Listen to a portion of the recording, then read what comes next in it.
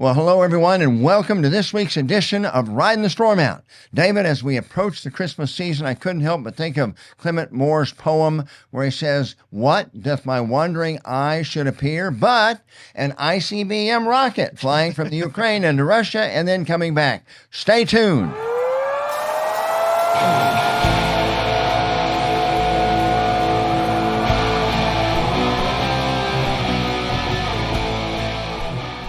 Well, welcome to our this week's edition of Ridin the Storm Out. Of course, I am Pastor Paul Blair of the Liberty Network and Liberty Church Edmond, Liberty Church Orlando. This is David Hannon. David is one of our key staff members and, of course, the producer of our podcast. And, of course, each week we try to provide some news from a biblical perspective, put a biblical perspective on some of the news that you see happening and what else could be behind what's going on. You know, too often we just kind of been learned to repeat what the media tells us, and they always give a particular spin because they're trying to invoke a response to us. They're either trying to get us to sit still and say there's nothing to see here, or to rile us up and get in the streets. So we've got to always look at what's going on and ask why. And quite frankly, David, the older I get, the fewer and fewer things that I see happen do I believe are just a coincidence. I think that much of what we see politically is planned and used for a particular purpose. And of course, what we are observing in Europe right now, in Western Europe, or Eastern Europe, with Russia and Ukraine, we've got some information today that I think is going to bring some clarity to this discussion that's been ongoing these last 4 or 5 years. And this big nation, as Kamala said, invaded this little nation. There's actually more to it than that. We're going to find that perhaps NATO and perhaps even the United States was involved in this early on, and we need to be aware of it because it's certainly coming around to affect us now with this new Trump administration. And I'll just give people a peek ahead. I believe just as what happened in 2017 with the Michael Flynn incident, I think they're trying to create a hot mess to toss into Donald Trump's lap to try to keep him busy and distracted so that he can't actually implement his campaign promises. That's right. They are doing everything they can to protect their existence as the deep state. And the deep state is more than just Washington, D.C. Deep state is that bureaucratic nightmare that's trying to control the entire world, not just the United States of America. So we have bad players in our country that are cooperating with bad players in other countries.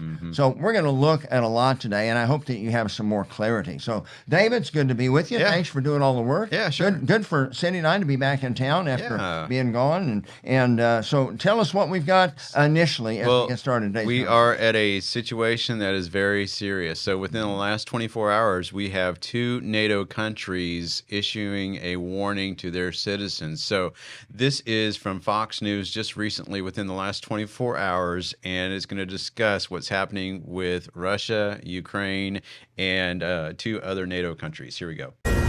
Breaking news out of the war in Ukraine. Fox News can confirm that Ukrainian forces have struck Russia using long-range U.S.-made missiles. President Biden approved their use just days ago. Now, Russian President Vladimir Putin is approving a revised nuclear doctrine that lowers the threshold for a nuclear response.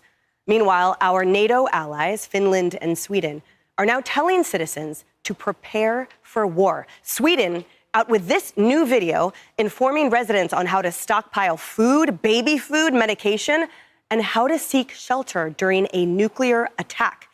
Sweden also sent out more than 5 million of these pamphlets there on your screen.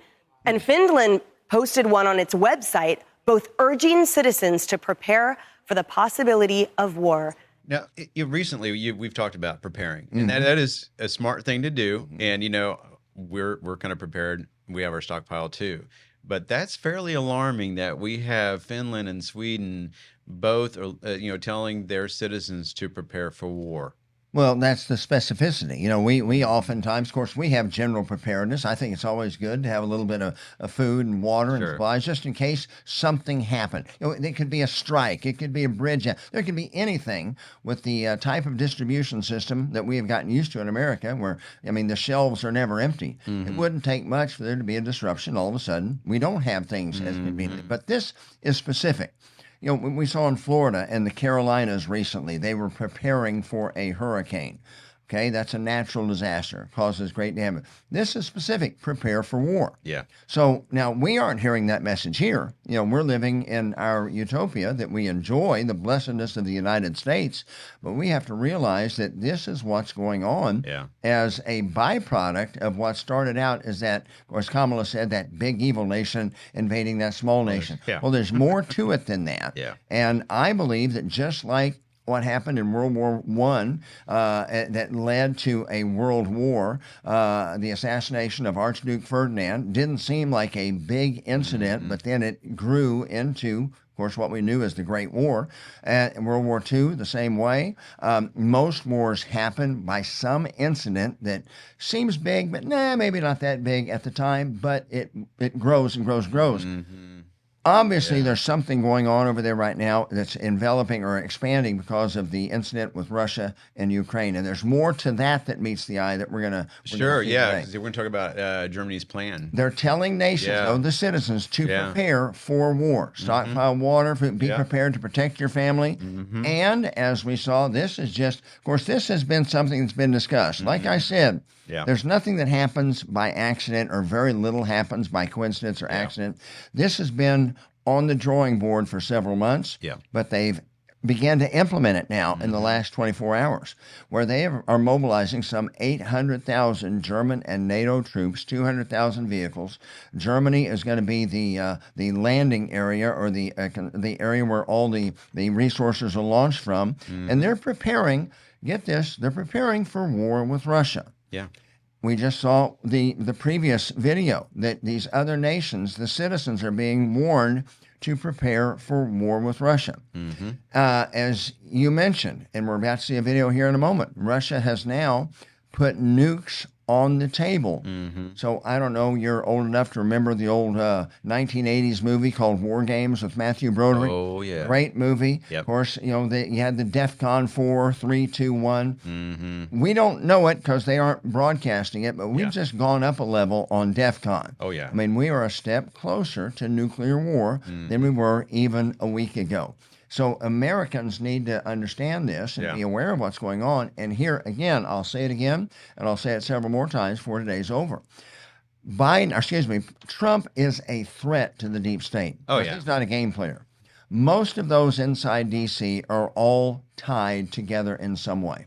You've got the actors that play the part of conservative Republicans, and you've got the actors that play the part of liberal Democrats, but ultimately they really have the same goal, to feather each other's nests to maintain power and control in D.C.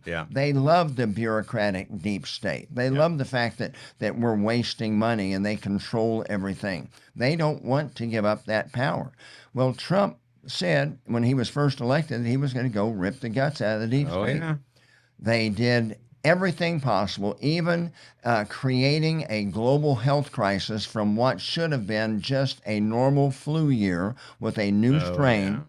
And they wound up having the 2020 election in chaos, and of course Trump was ousted. Now, once again, to their surprise, this guy somehow dodged lawsuits, dodged phony, trumped-up criminal charges, dodged bullets even, and he's the incoming president. So just as they did in 2017, they are going to try to create chaos to toss in his lap. So hopefully people will forget all conversation about cutting the budget and downsizing and streamlining government and attacking the deep state, because the deep state is hoping that if we are in war or some crisis, that we will forget about them. Yeah. I believe that is the ultimate goal of all this that's going on. Maybe we will keep from going into war with a simple game of tic-tac-toe. What was that computer's name? Oh, I hope that I hope that was from War Games, but I don't remember. Giant. Yeah, I'll think of it shortly. Yeah, I can see it in my mind. That was great. If you haven't seen War Games, do yourself a favor. Yeah, they even Go did back a and watch. remake, and it was actually pretty good. Was The it remake really? was good too. Yeah. Those remakes generally never live up to the billing of the original. Well, the technological advancement and the visual aspect of it was pretty impressive. Yeah, So, no doubt. Yeah. All right, what do we got? Oh, what is this? Operation 1,000-page document. You know, don't just come up with a 1,000-page document overnight. That's something they've been planning. Nancy Pelosi does. Yeah, that's right. Had it right here in my top desk. 800,000 troops preparing to mobilize against. I notice the terminology they use. They're gathering here to move these resources to the front. Hey, that's not good. We don't want to be talking about the front lines of a war. So go ahead, David. What else do we have? All right, so the next video, we're going to back things up just a little bit. This is Jeffrey Sachs explaining how the U.S. and NATO actually provoked the war in Ukraine. And let me say this: Jeffrey Sachs is he works with the UN, so I am not going to be a big Jeffrey Sachs fan on many issues. But in this situation, dealing with Ukraine, he has been spot on. He's been telling the truth the whole way. Yeah. So listen to what he shares very clearly as to how we found ourselves in this Ukraine-Russian war. And just let me know when to shut it off because it is a 5-minute video. Well, let's go. I think it's important that we play it all. Sure, We got 30 minutes. Let's play the whole sounds thing. good. Let me just explain in 2 minutes the Ukraine war. This is not an attack by Putin on Ukraine in the way that we are told every day. This started in 1990. James Baker III, our Secretary of State, said to Mikhail Gorbachev, NATO will not move 1 inch eastward if you agree to German unification. The U.S. then cheated on this, already starting in 1994. When Clinton signed off on a plan to expand NATO all the way to Ukraine. This is when the so-called neocons took power. The expansion of NATO started in 1999 with Poland, Hungary, and Czech Republic. Then the U.S. led the bombing of Serbia in 1999. That was a use of NATO to bomb a European capital, Belgrade, 78 straight days to break the country apart. The Russians didn't like that very much. But even Putin started out pro-European, pro-American, actually asked maybe we should join NATO when there was still the idea of some kind of mutually respectful relationship. 9/11 came, then came Afghanistan, and the Russians said, yeah, we'll support you. We understand to root out terror. In 2002, the United States unilaterally walked out of the anti-ballistic missile treaty. What it did was trigger the U.S. putting in missile systems in Eastern Europe that Russia views as a dire, direct threat to national security by making possible a decapitation strike of missiles that are a few minutes away from Moscow. In 2004-05, we engaged in a soft regime change operation in Ukraine, the so-called First Color Revolution. But in 2009, Yanukovych won the election, and he became president in 2010 on the basis of neutrality for Ukraine. So in February 22nd, 2014, the United States participated actively in the overthrow of Yanukovych. They intercepted a really ugly call between Victoria Nuland and the U.S. ambassador to Ukraine, Jeffrey Piat, who's a senior State Department official till today. And they talked about regime change. So they made the new government. The U.S. then said, okay, now NATO's really going to enlarge. And Putin kept saying, stop. You promised no NATO enlargement. Estonia, Latvia, Lithuania, Bulgaria, Romania, Slovakia, Slovenia, 7 more countries in the not 1 inch eastward. On December 15th, 2021, Putin put on the table a draft Russia-U.S. security agreement. The basis of it is no NATO enlargement. The special military operation started, and 5 days later, Zelensky says, okay, neutrality. And then the United States and Britain said, no way. You guys fight on. We got your back. We don't have your front. You're all going to die. But we got your back. That's 600,000 deaths now of Ukrainians since Boris Johnson flew to Kyiv to tell them to be brave. Absolutely ghastly. We have to understand we're not dealing with, as we're told every day, with this madman like Hitler. This is complete bogus, fake history that is a purely PR narrative of the U.S. government. We're playing games here. So, God forbid a nuclear power comes at us. I don't know what's going to happen. But we came at them. You know, David, I heard one analyst early on illustrate what's happened as like a man that goes and kicks a dog every day repeatedly until the dog finally bites him, and then he calls the authorities and wants to have the animal put down. Yeah. It seems as if we have been involved with the provocation of what's gone on that drew Russia into Ukraine. And then, as you heard, Zelensky early on, they were ready to meet for peace. Yeah. This thing should have been settled before, just like COVID, this thing should have been settled early on without crisis. However, we are now 1,000 days into this. Yep. And again, the best our side can come up with is saying, well, a big, mean, evil nation has invaded a small nation. Well, there's more to it than that. There are still these Soviet-era labs in Ukraine that were never destroyed. They've got something like $26 trillion worth of rare earth minerals. And Ukraine, in fact, quite frankly, I don't know if we have the slide up here. I think we've got the You talking about the map? Yeah. Ukraine, understand, ladies and gentlemen, this is not like this is a historic people with a long national heritage. Ukraine has not been a sovereign nation except since 1991 after the Soviet Union fell. This area that we call Ukraine was under control of other countries for a millennia. As a matter of fact, over the last 500 years or so, you had Poland controlling Ukraine, you had Lithuania controlling Ukraine, you had Russia controlling Ukraine. For much of the 1800s, you had Russia leading up to when the Soviet Union was established in 1917 through 1920, and then Ukraine was a part of the Soviet Union. After the wall fell, and after the Soviet Union collapsed, and we thought communism was dead, as you just heard said there in that video, the promise was made that these former Soviet bloc nations would remain independent and a buffer between NATO and Russia. And little by little, of course, we've moved the NATO border up to the front line. Now, not a Russian, not by any stretch, but think about it from their perspective. And think about it, for example, when they did it to us back in the early 60s. When Russia put nuclear missiles on the island of Cuba, we threw a fit about it, and we should, because all of a sudden they had nukes 90 miles away from the coast of Florida. Well, Russia's concerned because we've now moved right up to their border.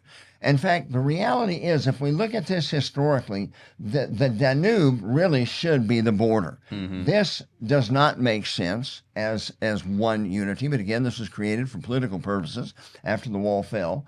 These people on this side think of themselves as Russian, and these people on this side think of themselves as Polish. And quite frankly, the president of this conglomerate here has at times leaned more closely affiliated with Russians, more closely affiliated with the West. And of course, in 2014, they had a president that they had elected that leaned a little bit more with the Russians. And that's when our own State Department, under President Obama's direction, led in a coup in getting him unseated. And that's when Russia, for the first time, came in, go ahead and hit the mark if you would, and took Crimea down here, because this is the only freshwater port that Russia has that's accessible accessible year-round. So that is a key that they must maintain this. And again, Crimea, this side of what we call Ukraine, really thinks of themselves as being very closely tied to the Russians. As a matter of fact, Russia just annexed them, and then these people voted to become part of Russia. So the reality is, a lot that what we're hearing here in the United States is not consistent with what's actually going on. And I thought that video from Jeffrey Sachs was excellent. By the way, I'd heard Laura Logan did some great reporting on this 3-4 years ago. Of course, Alex Newman, we've had in our church, he's talked about this. Chris Ann Hall and her husband have had talk about this. They were stationed over there when they were in the military. So there's a lot more here that meets the eye. Now, why does all this really matter to us, other than just the fact that we care about what's going on around the world? This, what happens on the other side of the planet affects us. As Christians, we don't like to see innocent life being lost. And quite frankly, there are hundreds of thousands of innocent Ukrainians suffering because of this. And quite frankly, there are hundreds of thousands of innocent Russians that are suffering as a result of all this. But why is this so important to us that we needed to bring it up today? Go ahead and hit the next slide, if you would. So the next one is not a slide. It's actually a video about Ukraine firing 6 U.S. made go ahead. That's what ATACMS missiles at Russia's region. So. Very good. Now, this is video from a previous situation, not the one that we are about to discuss here, but we did just learn from the Associated Press that Ukraine fired 6 U.S.-made missiles here at Russia's Bryansk region. Russia's defense ministry just releasing that information days after U.S. President Biden eased those restrictions on Ukrainian use of American-made weapons in the war that is now marking its 1,000th day. So we got Biden that doesn't talk to the press. I don't know if you saw that video yesterday. Had members of the press begging him to say something. He refuses to talk. He's shuffling up the airplane. Nobody even really recognizes or remembers that he's still the president. Yet he makes this change in policy where we're telling the Ukrainians, here's some long-range missiles that we're giving you that you can fire into Russia. So that's another step. We've not, 1,000 days into this war, that's a new measure that we've taken that we have not done prior. So we've escalated it. We've pushed more chips into the table here. Although we're not in war with anybody, so we think.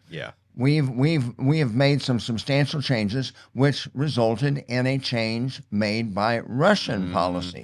So, David, what do we have with that? So the next video is Putin lowering his threshold to use nuclear weapons. So he's just recently signed a decree to make this happen. So here we go. 1,000 candles flickered in the darkness, marking 1,000 days of war, just as Moscow signals an ominous new threat. Russian President Vladimir Putin has said nuclear weapons can be used in response to a conventional attack from any nation supported by a nuclear power, just as Ukraine is supported by the U.S. It follows the U.S. decision to let Ukraine strike targets inside Russia with American long-range missiles, which Ukraine has now taken advantage of. The Kremlin claims it's a new phase of the Western war against Russia, saying it represents the direct involvement of the U.S. and its allies.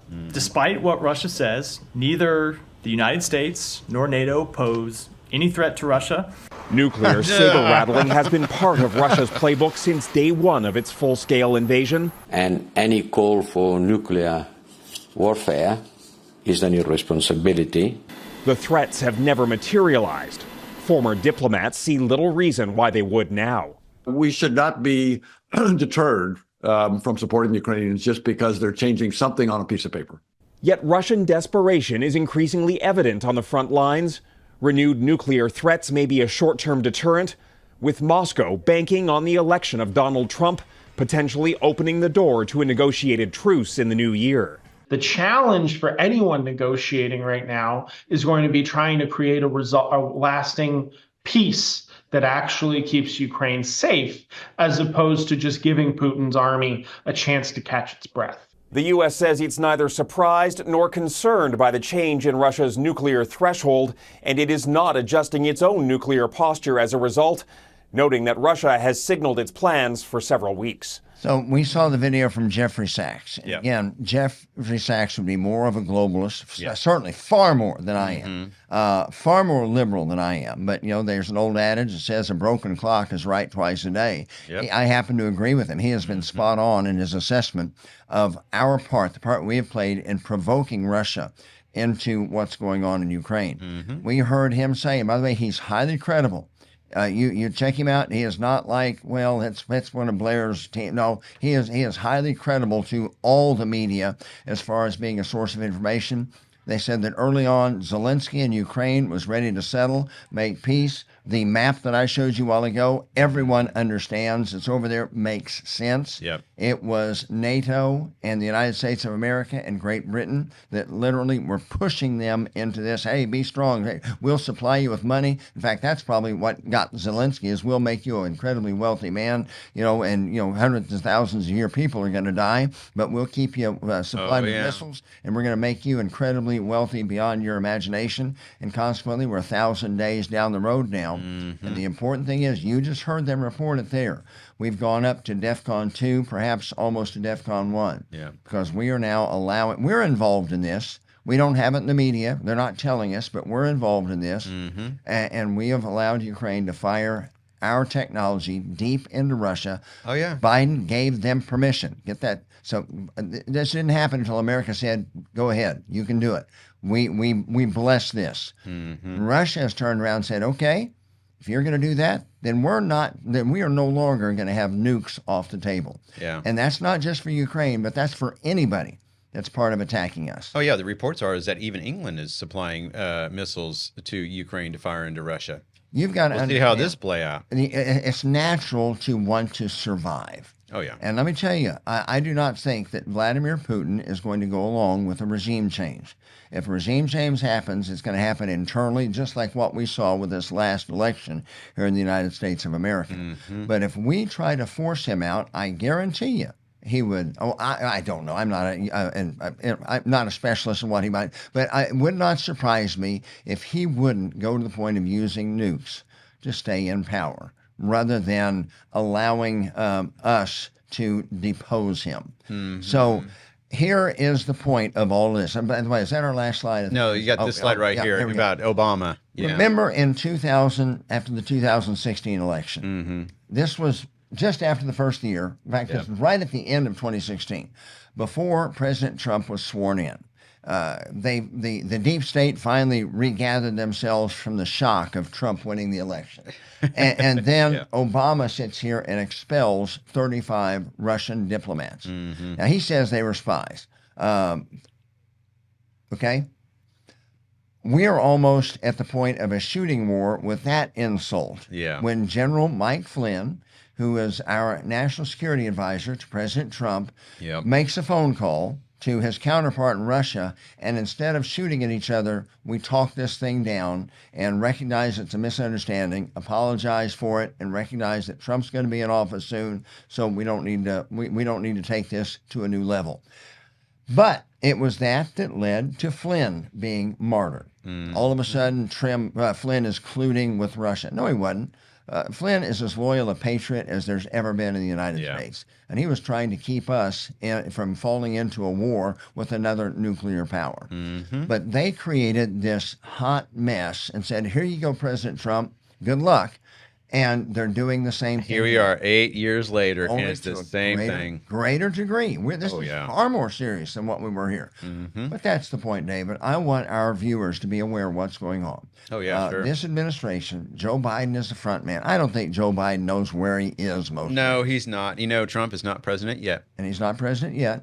But they are creating this crisis. Oh, yeah. So as soon as Trump gets in office, the building's going to be on fire over here. So he's going to have to deal with that rather than focusing initially on what he campaigned on. Now, if there's one guy that can do it all, I believe that he's the guy that can. But we've got to make sure that we understand what's going on and support him and support that administration that he is recommending to serve in his cabinet to make sure that they get this done. Because the deep state is the enemy. We are when they say that Ramaswamy and oh good grief, who's the other Elon Musk say that they can cut $2 trillion out of our spending.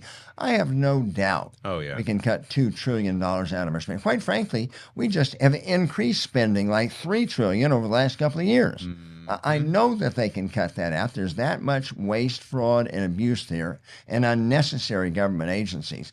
And those that are in D.C. want to do everything to make sure that they survive. Yep. So they are throwing as much fuel on the fire as they can to make sure and take the focus off of them. That's create right. this crisis for Trump and say, here, good luck. So before we wrap things up, so what can we do as Christians? Well, we have to stay the course. We have to recognize what's going on. Yep. And always listen to the news with a discerning eye and ear. Yep. And then listen to sources like us. Listen to sources like The Blaze. Tucker Carlson is a pretty good source of information. New American, if you aren't a subscriber to the New American magazine, I strongly recommend it. You know, we've talked about, in fact, we talk about these sermons we were just preaching leading up to the election and coming out of it. To be self-governing, we have to be a moral people. So that's where the church comes in. We've got to get back to good old-fashioned understanding what right and wrong is. We've got to recognize what a woman is and what a woman isn't. And then we have It's your mama. It's your mama. We've got to be well educated. That's right. And our educational system is horrible right now. And quite frankly, this goes along with the government spending. We did not have a United States Department of Education until the late 70s and President Jimmy Carter. So don't tell me that that's a necessity. We existed for 2 centuries and did quite well. As a matter of fact, ever since we had a federal U.S. Department of Education, our educational system has declined. We need to push that back down to the state level. In fact, again, parents are responsible, but at least we can remove a layer of bureaucracy. So education, morality, and then information. You've just got to have a discerning ear. As we've seen on recent broadcasts, David, they are howling at the moon that they can't control the unified messaging anymore. Oh, yeah. So we have got to take advantage of the fact that we do have access. Yeah, they've lost control of X. They've lost control of X. That's exactly right. So I recommend New American, Epoch Times, Blaze is a good source of news and The information. Daily Wire. Daily Wire. Yeah. And then follow us and some others that are going to put a biblical spin on it. Charlie Kirk is also very good with what they do. So find some good, reliable sources, and we've just given you about a half a dozen right there, and make sure you know what's going on. Always be an Acts 17:11 Christian. Trust but verify. Listen, even what we tell you. Listen, and then you check it out. And again, don't go to the first page of Google search. Google search is modified. They're not going to give you all the answers. They're going to give you modified because they Remember want the video we showed of Alexa when someone asked you, Yeah, hey, Alexa, that's why should I right. vote for Kamala Harris? So you're going to have to do a little bit of digging, but Yeah. start with these reliable sources of media and information so you know what's really going on. Yeah. Good. That it? Yep, that's it. Well, good week. You now are more informed than you were a half hour ago, and you probably wish that you weren't. But thank you for joining us for this week's edition of Ridin the Storm Out. And until next time, may God bless you.